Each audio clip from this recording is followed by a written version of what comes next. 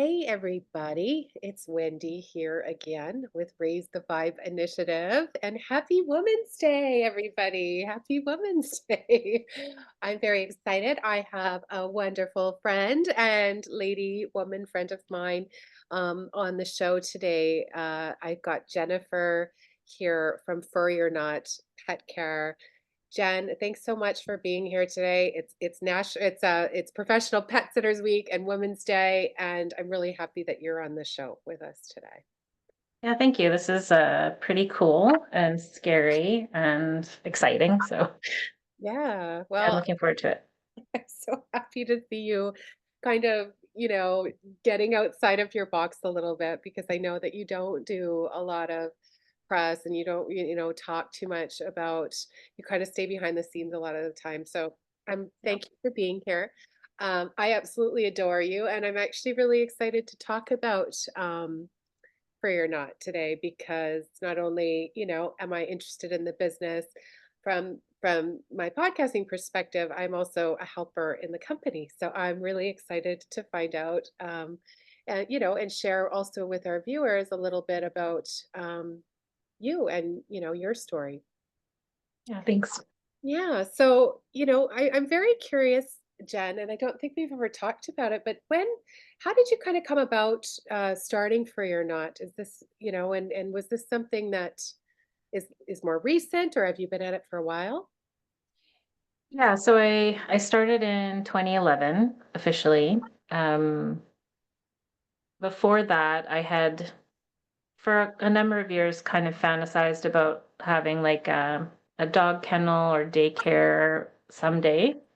I didn't know how to achieve that or what that would look like, but that was kind of, I had seen that was something that was starting to happen more. And I thought, wow, what a wonderful way to spend your work days and work with dogs and stuff like that. Um, but yeah, like I was in an office job I wasn't super happy with, and I wanted a bit of a change, and I was kind of struggling. And I came across pet sitting for my own dog. And that planted the seed, I would say, because I started to think about that because that was a lot more achievable than, finding a big property and building a facility or any of those things, because it would just be, something I could easily start. And yeah, at the time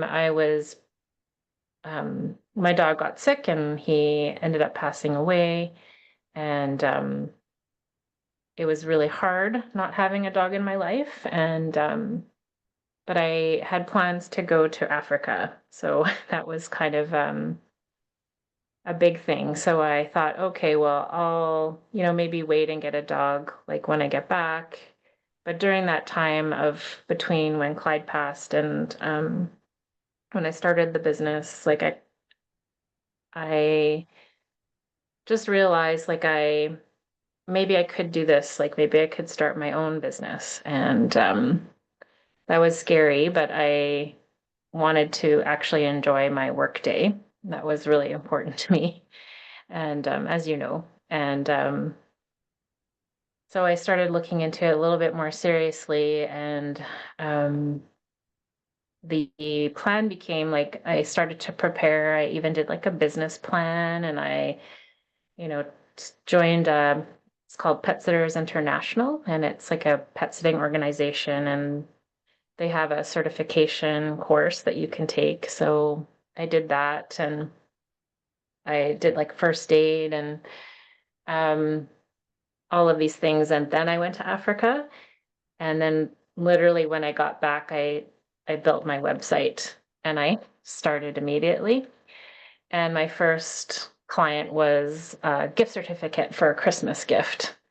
And it was Chevy, who is my very first dog client. I still actually walk him today. Um, he's now, I think he's 15. But yeah, so that was back in 2011, December. So that was the big launch after I got back from my trip. Wow. And then, yeah, it was pretty exciting and scary, but yeah, I'm still going and grew a lot since then. So I'll yeah, say.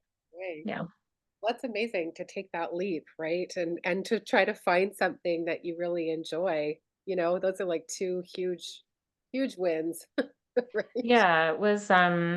Yeah, it was really exciting to learn and figure out what to do. And um, yeah, I remember getting like as I got my first few clients that first year, it was just so exciting every time. I was just so thrilled, and everybody was different. Everybody had different needs. All the pets were different.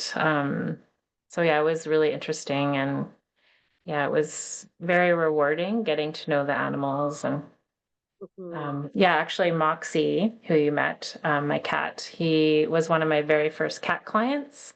Oh, wow.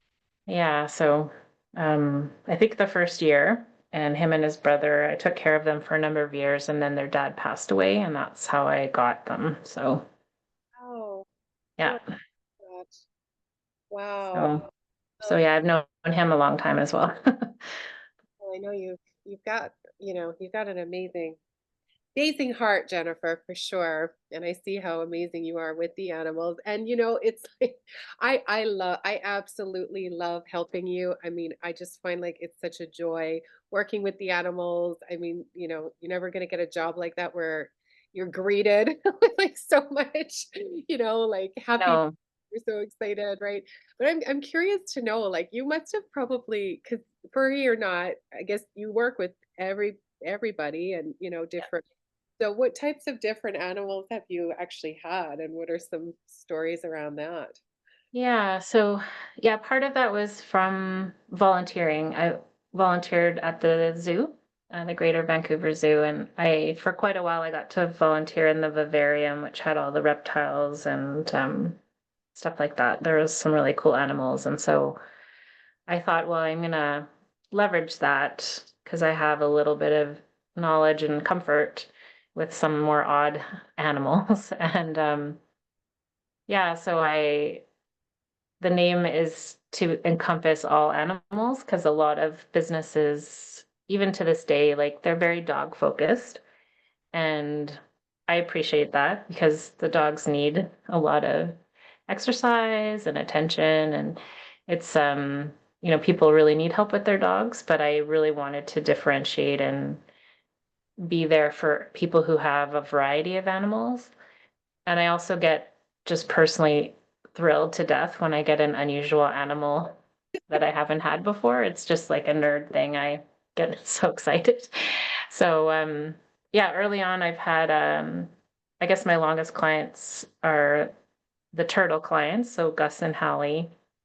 They're both aquatic turtles. Gus has since passed, unfortunately, but yeah, Hallie, that was really, really cool to get them. I love them.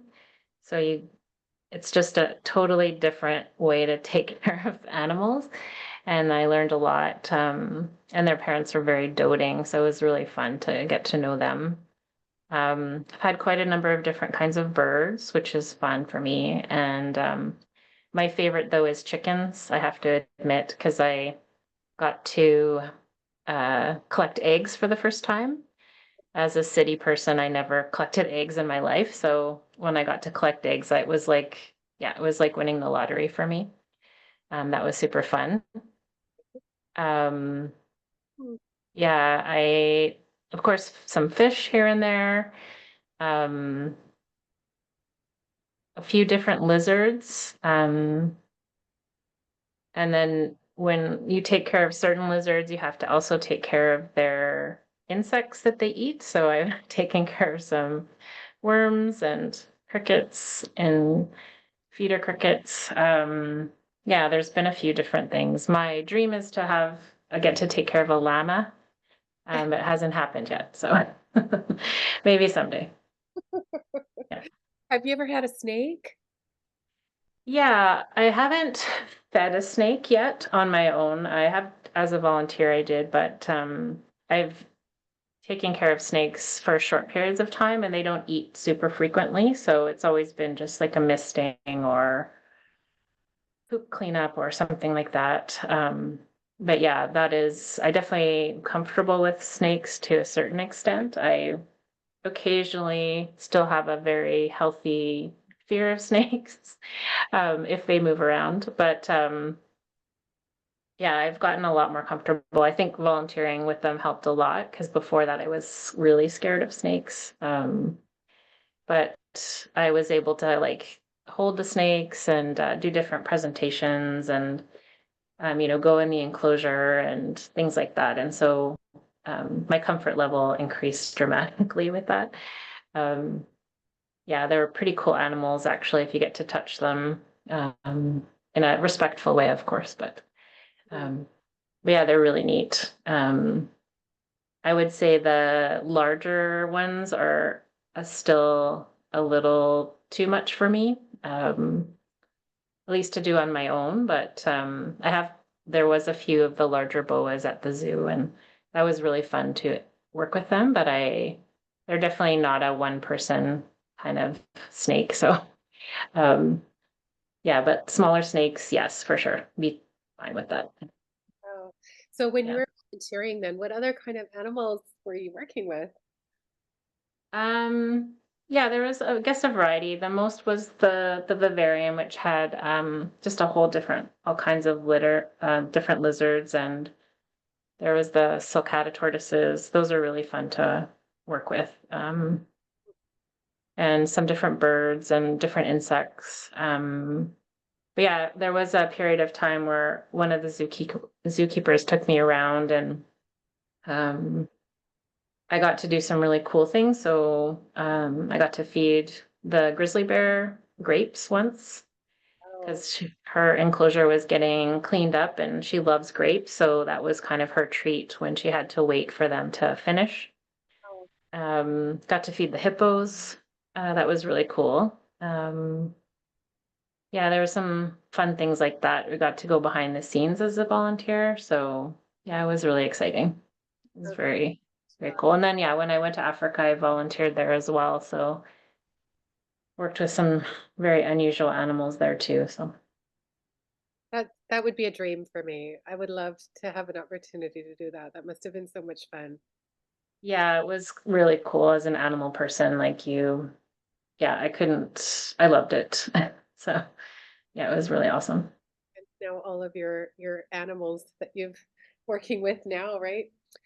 So, I'm very curious, and maybe for some people out there that might be inspired by this story, or, maybe thinking that they're in a job and may want to look at starting a business of sort of similar to like a business like this. Do you have any tips? What type of training would they need? Like what would be entailed in something like that?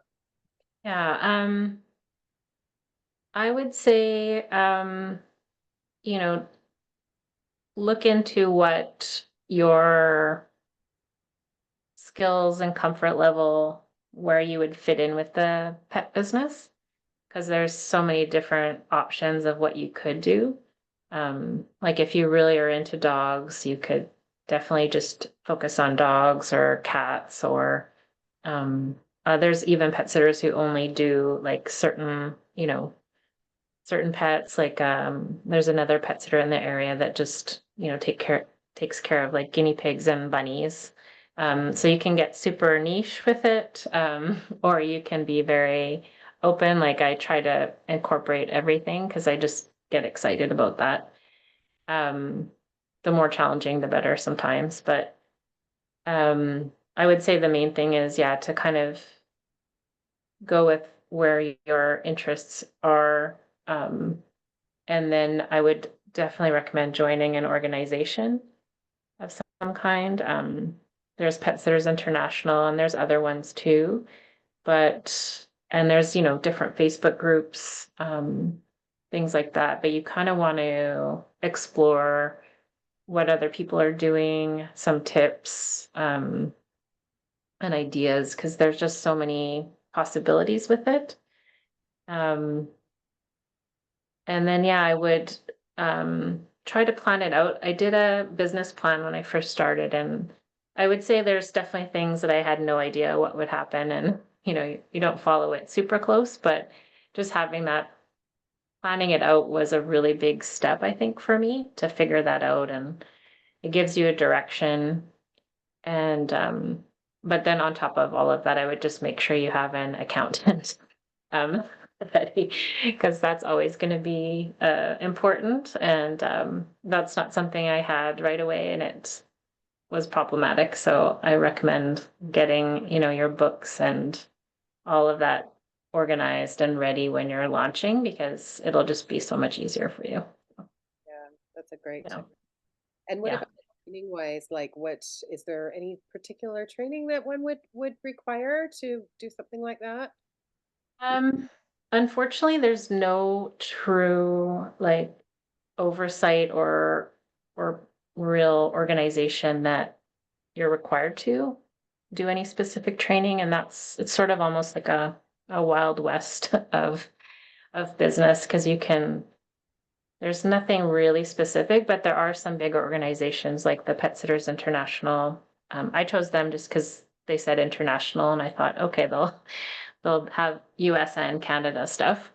And it turned out I made a good choice. But I would say, um, at least specifically if you want to do it as a business, that you want to study about pet behavior. So if you're interested in doing stuff with dogs, definitely learn about dog body language and behavior, before and during. And it's really almost ongoing with pets because there's always new studies and information coming out. So it's kind of an ongoing learning thing. But that's very, very important to understand that. And then I would definitely do first aid training. There's a number of, again, different companies that do it, but one of the local ones is Dog Safe. And there's a few different online courses as well. St. John's, like the ones that do the human first aid, they also have a pet first aid. So I've done them all. Not all of them, but I've done most of the different companies just because I like to see how other people do it, and kind of see if I'm missing anything or just learn different ways. So yeah, I do that every few years, just to kind of recertify. And I think that's very important because even, yeah, you just don't know what's going to come up, but you also learn a lot about signs to look for, and that becomes often very important with pet sitting. Um, yeah, and then I think the other main thing is just to, yeah, join some kind of association. I think that's critical, and find your peers, and colleagues so that you kind of have see what's going on and kind of stay in the loop of things. Wow, those are fantastic tips. Yeah. Thank you for sharing. And I am also, this is, I think, a really important question. I think pet sitting and stuff is becoming a little bit more popular. Yeah. Um, in the last little bit, right? And so I wonder, what sort of differentiates somebody who doesn't really have a lot of experience to a professional pet sitter? Yeah, I think what most of the professionals consider being professional is um, you have like a business name. You might have, you should have a business license, and the first aid becomes very critical, um, for most businesses, because yeah, you want to make sure that you have that. Um, And then I would say beyond that, it's again kind of joining an organization and sort of staying in the loop of what's new and just learning a lot. Though I was just listening to a podcast yesterday, and they were talking about that. Like a lot of the entrepreneurs you just want to keep learning and learning and learning, but you don't take the time to do anything with that, the learning. So that was interesting. I was like, yeah, you're right. Um, that Pet Sitters Confessional, shout out to them. But um, Yeah, it was like, yeah, I think I kind of tend to do that myself where I just want to, I love learning, so it's fun for me, but you also need to take the time to, okay, well, how I'm going to apply this and that. But yeah, I would say, yeah, definitely a license. And then I guess the other big thing is as a business, you should have liability insurance. And so that's just an extra security measure for us and for the clients. So if things happen, you have that. And if it's something you're doing on the side, that's not going to be something maybe you have, right? And there's a very good chance that nothing will ever happen, but a professional will have that in place already. So that's the main thing is you're always kind of prepared for the worst.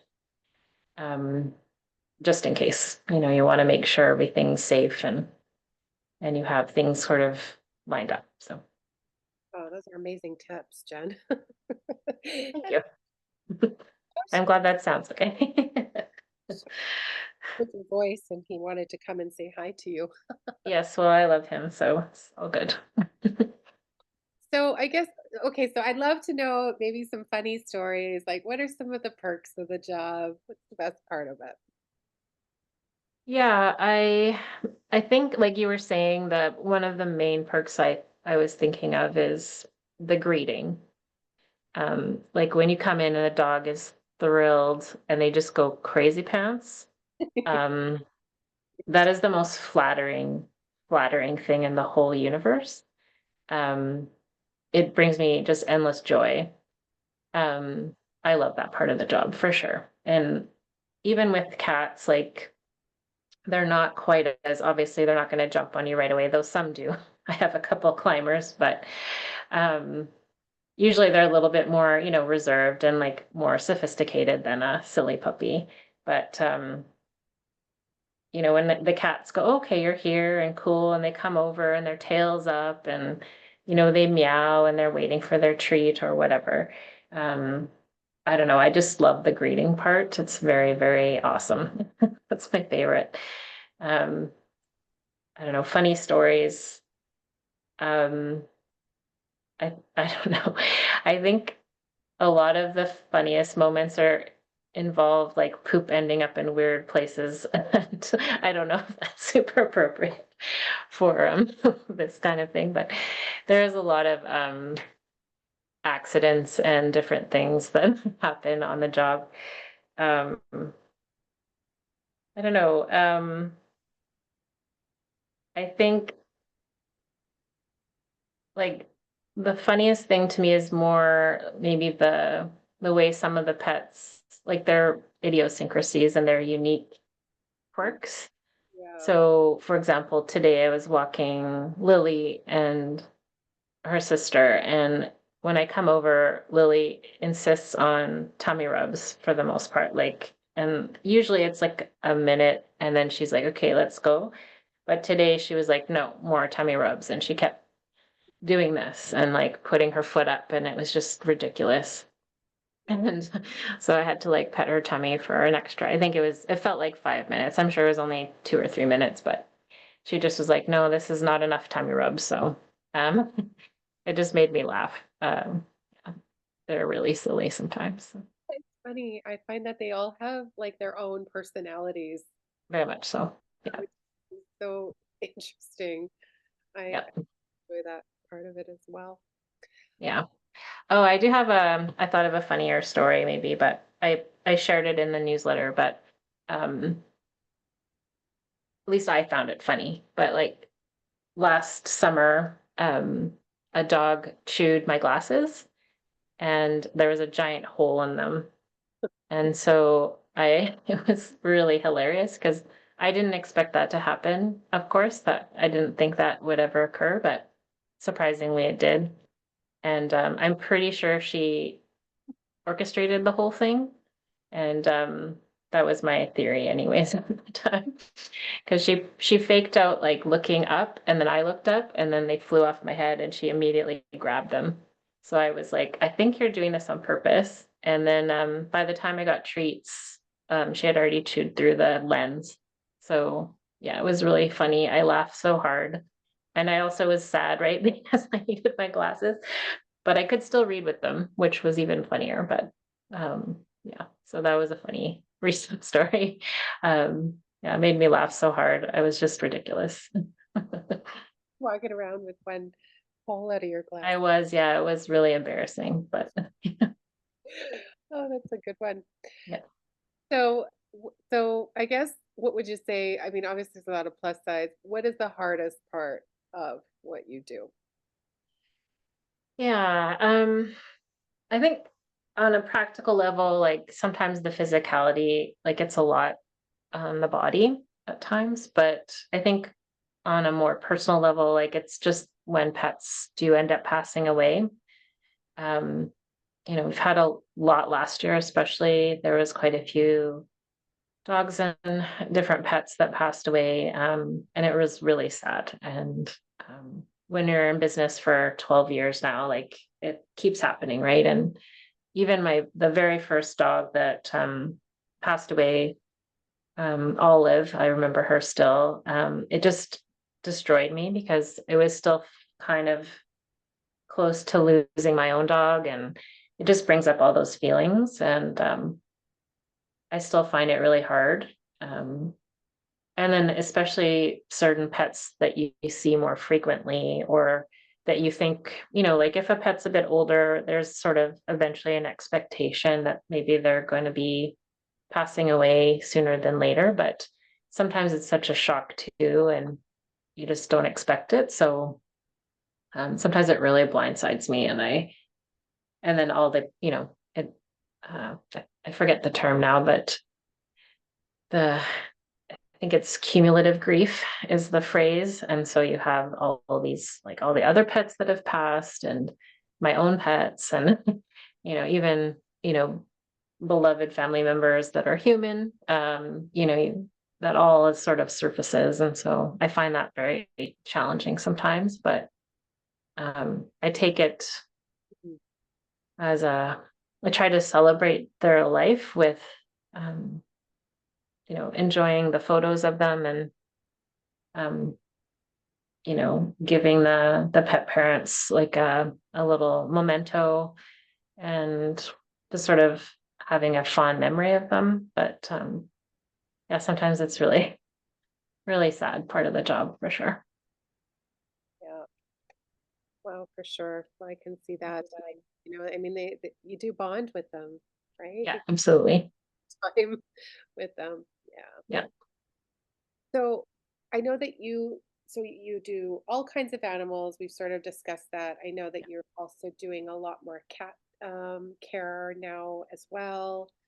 Um, so maybe you could give us a few tips for some of us cat owners, Sure. caregivers. Like, what are some tips that we can do to work with our cat? Yeah, so my favorite one, I don't know if I can demonstrate it properly, but is the slow blink. I learned this slow blink thing, and it's a how cats greet each other and how they greet you. And I think most people don't pay attention to it. And when I learned it and started using it, it like the cats blink back. Sorry, that's a bit of a tongue twister. Um, and I found that fascinating, and I think it really does help, like even the relationship with my own cats, because they're like, "Oh, you're nice, respectful, like you're greeting us in our own language," kind of thing. And so, yeah, the slow blink, I can do it for you if you want. At least I'll try. So just literally blink, and you do that a few times, and they'll blink back, and then you go, "Okay, cool. That's our hello." So, Oh, I love that. um, Oh, yeah, it really helps, especially when in the job meeting new pets or new cats specifically. I do that a lot with new cats, and they really do respond well. And they go, okay, you're cool. Like I don't have to worry about you. Kind of know the deal. So um yeah, it tends to work really well. I love that. Well, that's an awesome tip. Sometimes I notice my cat likes to wink at me. Yeah, yeah, wink back. Oh, that's a good one. Yeah, Thank he'll be like, oh my gosh, you finally got it. So yeah, they appreciate when we do that. you. I like that. Thank you. All right. Well, I guess the same then for some of us dog lovers or dog owners out there. What would be some great tips that we could be doing with our dogs? Yeah, there's a lot you could do for your dog, but um, my personal choice and preference is to just pay attention to what they're doing and give them a choice.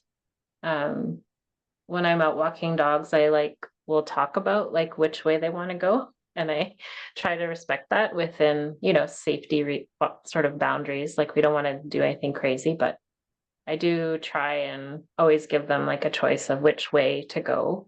And, if what kind of treat they might like, or giving them a choice even in their home, like they can go on this bed, or, you know, um, because it can help with building their confidence, and it shows them respect as well, I think, on some level. And you can really build your bond with your dog that way if you give them kind of choice instead of always just um, limiting them.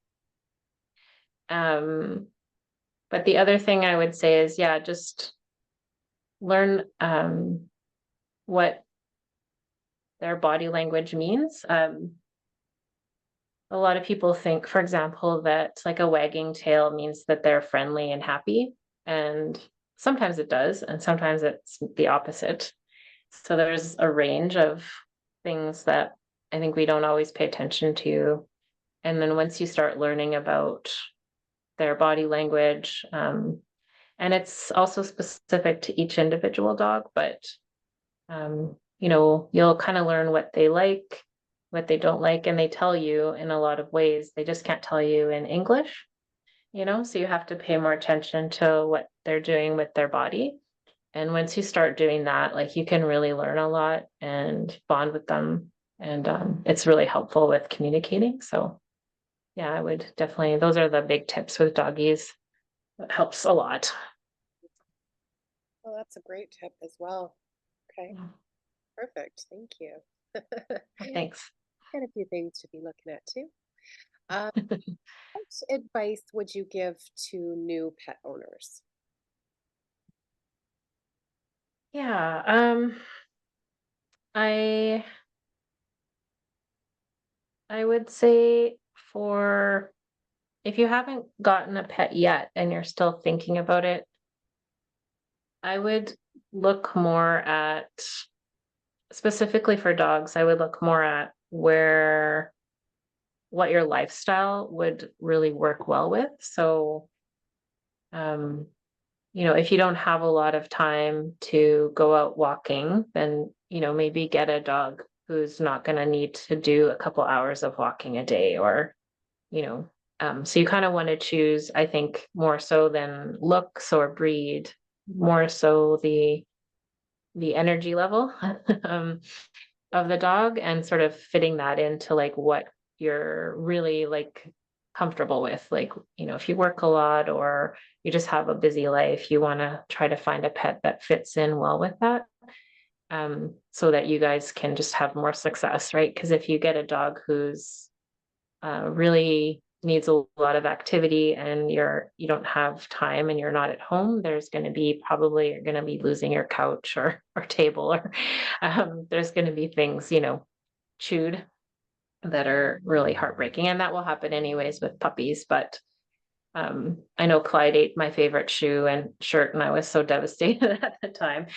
But you know, if a dog's bored, like they don't grow out of that because they're just bored. So you kind of want to pick a dog that suits your activity level. Um, but I would also say, you want to be open to changing things for the pet. Um, and what I mean by that is, once you have your pet, whatever they are, you want to find ways to make the house that you live in, or the apartment, and your lifestyle, go with what they need as well. Um, so for example, like I have a few too many cats, and so I'm an extreme version of this, but there's like literally a cat tree on my dining room table. Because that's what works, and they really love that one. And so I'm not taking it off. If I ever have a dinner party, it will get removed, but it will go back on afterwards. Um, and I would say with dogs, especially with in regards to the business, I think it's really helpful if you can have sort of a team of helpers with your dog, especially, but get them used to a dog sitter and dog walker that can come in once in a while, and it's just a friend that shows up and they like them and they're comfortable, and take them to a daycare and get them comfortable going to a daycare and get them comfortable going to a dog kennel, um, over time. And then that way, no matter what situation you're in, they're good with all kinds of things. And it also helps with their socializing and, getting comfortable with different scenarios and different people. So I think that if you can kind of, yeah, get your dog comfortable with all of those things, and they'll be just much better, because it's really hard on dogs if you just suddenly have something comes up and you have to throw them into a situation that they're not good with. So yeah, I would recommend that. Just kind of having like a team of dog things and activities for them to do, so that they're kind of used to different people and different scenarios.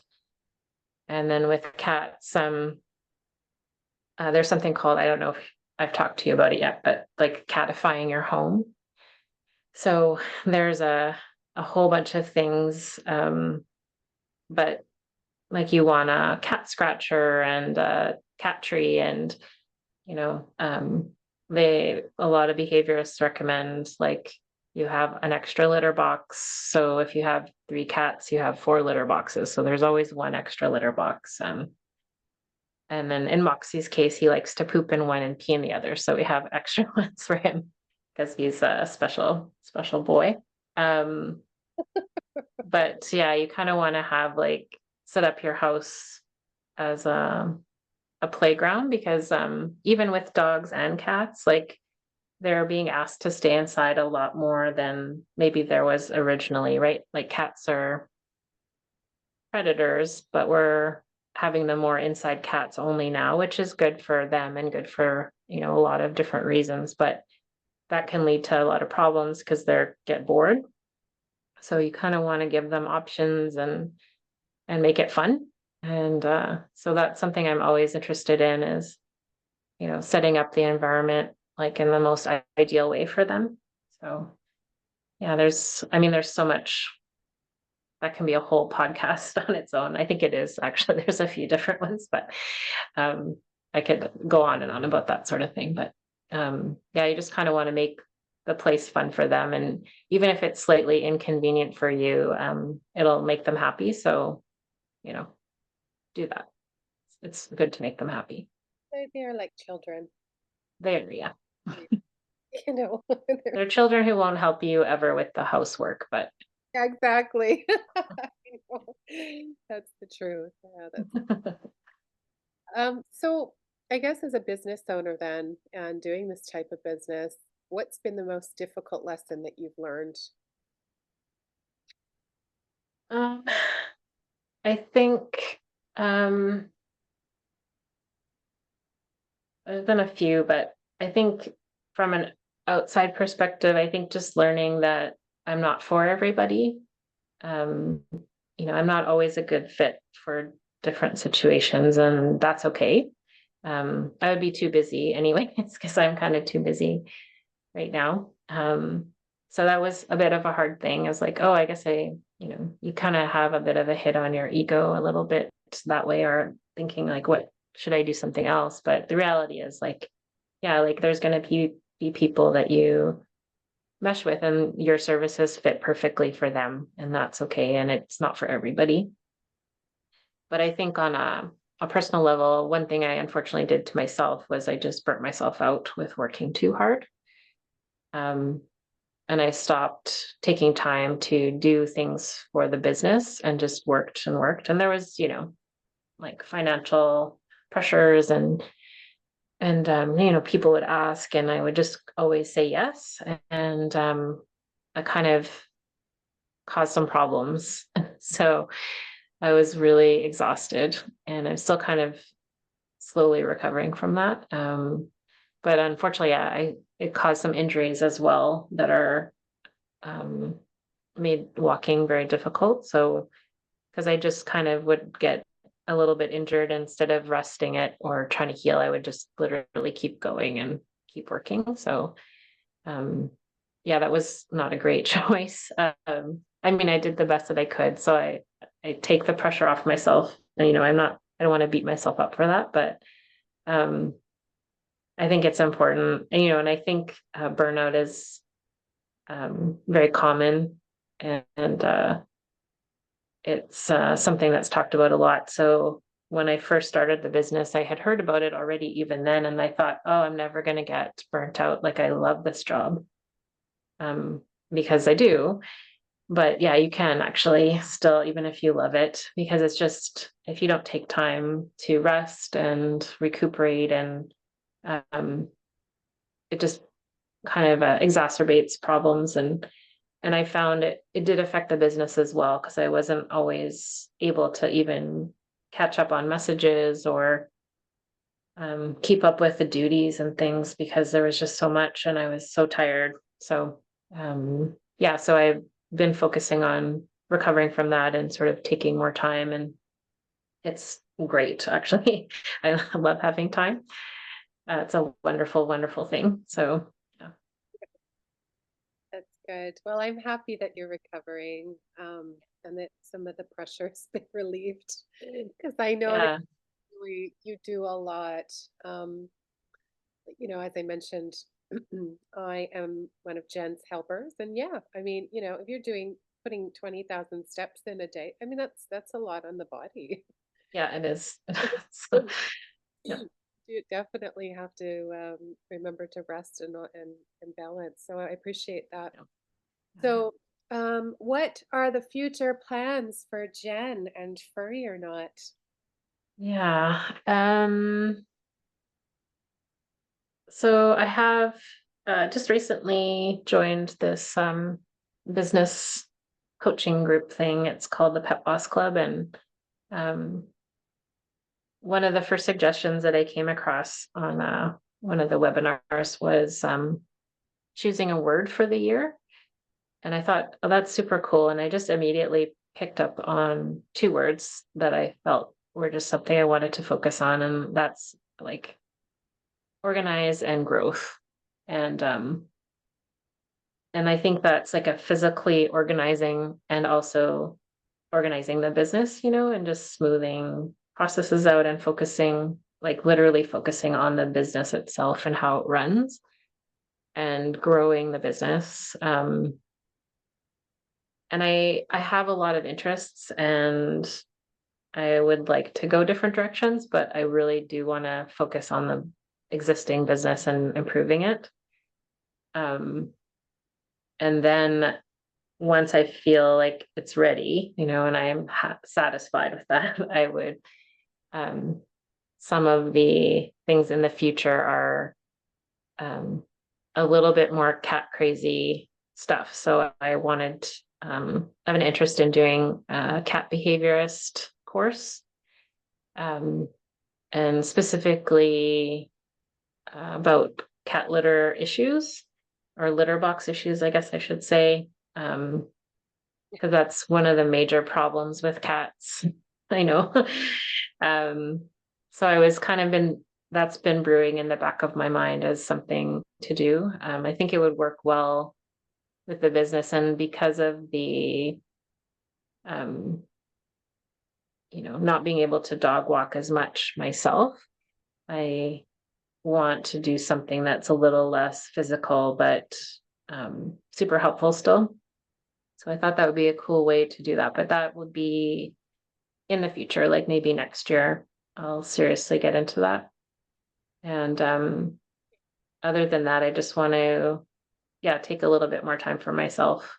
And I'm taking a whole extra week off this year. So it's pretty exciting. Um, and yeah, just kind of focus on, myself. Awesome. Yeah. Awesome. Wow, you know what? It was so wonderful of you to come on and share with all of us and give us these great tips and offer us all this information. So I really appreciate it. Again, happy Professional Pet Sitters Day to you Thank and you, happy Women's Day. everybody. Yes. Yeah, and thank you so much. Thanks for being on the show. I Yeah, appreciate thanks, Wendy. That was a little scary, but you made it great. So thank you. it. That Amazing. was awesome. We'll do it again soon. Okay, thanks. Have a great night, Jen. Bye. Bye, everyone.